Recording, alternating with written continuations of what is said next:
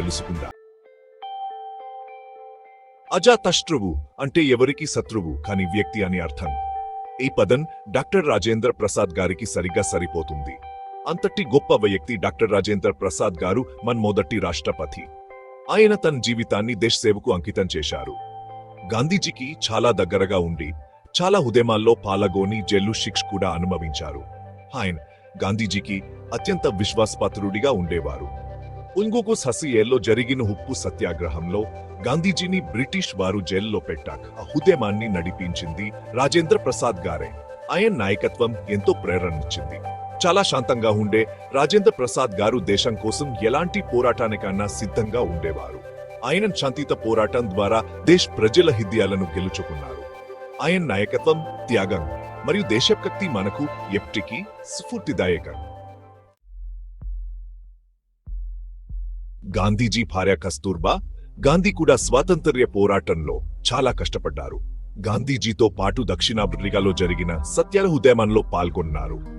భారతదేశం తిరిగి వచ్చిన తర్వాత గాంధీజీతో కలిసి ఉప్పు సత్యాగ్రహం, క్విట్ ఇండియా ఉద్యమంలో కూడా పాల్గొని జైలు శిక్ష అనుభవించారు. చాలా సామాజిక సేవా కార్యక్రమాల్లో పాల్గొని మహిళలకు ఎంతో స్ఫూర్తిగా నిలిచారు. నైటింగేల్ ఆఫ్ ఇండియా గా పేరుగాంచిన సరోజినీ నాయుడు గారు చాలా గొప్ప కవయిత్రి, స్వాతంత్ర్య సమరయోధురాలు. భారత జాతీయ కాంగ్రెస్ అధ్యక్షురాలగా ఎన్నికైన తొలి మహిళ సరోజినీ నాయుడు. ఉప్పు సత్యాగ్రహంలో పాల్గొని బ్రిటిష్ ప్రభుత్వానికి వ్యతిరేకంగా ఉప్పు తయారు చేశారు. స్త్రీలు చదువుకోవాలని, వితంతు వివాహాలు జరగాలని కృషి చేశారు. నువ్వు నాకు రక్తం ఇవ్వు, నేను నీకు స్వాతంత్ర్యం ఇస్తాను అన్న ధైర్యవంతుడు సుభాష్ చంద్రబోస్. రెండో ప్రపంచ యుద్ధ సమయంలో ఫార్వర్డ్ బ్లాక్ అనే పార్టీని స్థాపించి బ్రిటిష్ వారికి వ్యతిరేకంగా పోరాటం చేశారు. జపాన్ సహాయంతో ఆజాద్ హింద్ ఫౌజ్ ను స్థాపించి భారతదేశంపై దాడి చేసి స్వాతంత్ర్యం సాధించాలని ప్రయత్నించారు.